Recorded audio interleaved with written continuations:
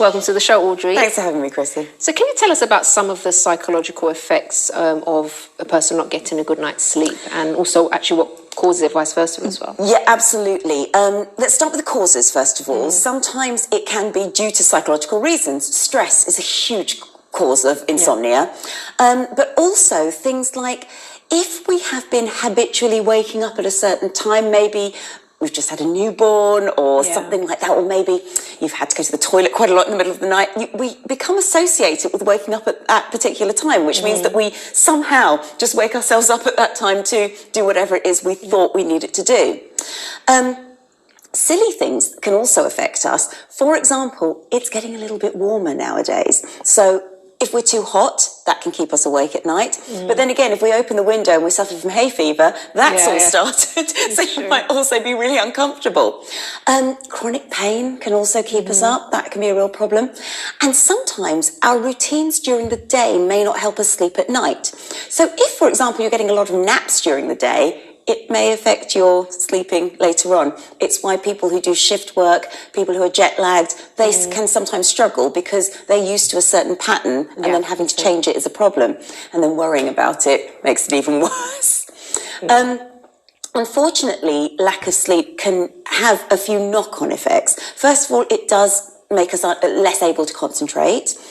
We may get a little bit more irritable, and those things can then affect our relationships with other people. We may have snapped at someone, we didn't mean to do it, but that's already damaged that particular relationship. Psychological research has also shown that whilst a lack of sleep, and this is mainly aimed at students, whilst lack of sleep won't necessarily affect academic written performance, it actually has an effect on presentation and spoken performance. So they studied architecture students who had to write an exam but also had to deliver a piece on their projects. And they found that if they hadn't slept, they didn't actually affect their grade in their written exam, but their performance wasn't as good as previous performances have been when people have had sleep. So those things can cause us a lot of issues. There's a few things we can do to help ourselves as well, because unfortunately, if we bring our phones to the bedroom, and of course now we write memos on our phones, we may read on our phones, we're on social media on our phones, the blue light is not a friendly light to help us sleep. So one thing we can do is maybe try and wind down off our phones before we go to bed. Set your alarm by all means, but then maybe read a paper book rather than having your phone in.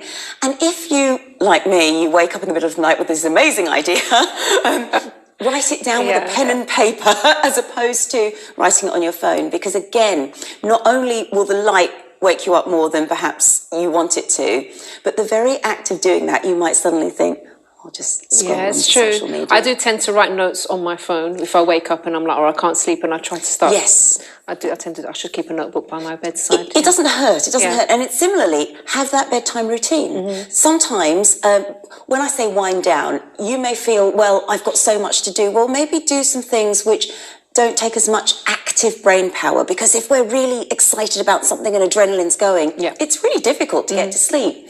For some people, exercise helps. For other people, it fires them up. So be mindful of what suits you. But things like having that routine where you maybe have a cup of chamomile tea or a hot milk or something like that, and then you already get into that process of winding down. If you have to prepare something for tomorrow, maybe prepare your lunch for the next day or get your clothes out for the next day. That way you're also prepared, but you're not doing anything which has made your brain get really excited.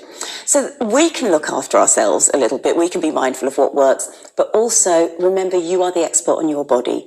There are some people who just sleep for 4 hours a night and they're absolutely fine the next day. I don't recommend that, but if it works for you, just be aware we're not sure about the long-term effects of that yet. So, but if it works for you and then you find napping during the day helps, great. Do it in that way if your career allows you to do that.